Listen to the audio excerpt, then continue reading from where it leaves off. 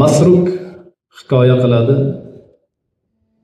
Bir kuni Oysha onamizni ko'rgani ziyoratlariga bordim deydi.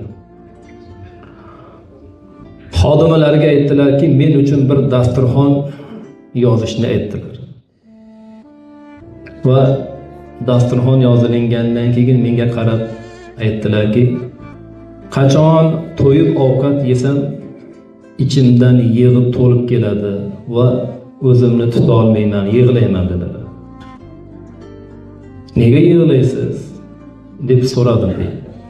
Shunda Oysha radhiyallohu anha onamiz aytgan ekanlarki, Fahri koinot Rasululloh sallallohu alayhi va sallam Allohga qasamki, u zot biror kun non va go'sht bilan 2 mahal ustma-ust qorinlarini to'ydirmaganlar.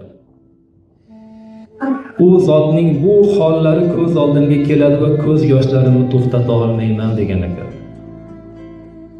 Qarang, sarvari koinot Payg'ambar sallallohu alayhi va sallam biror kun non va go'sht bilan 2 mahal ustma-ust qorinlari to'ymagan ekanlar. Shunaqangi bir kamtarona hayot kechirgan ekanlar.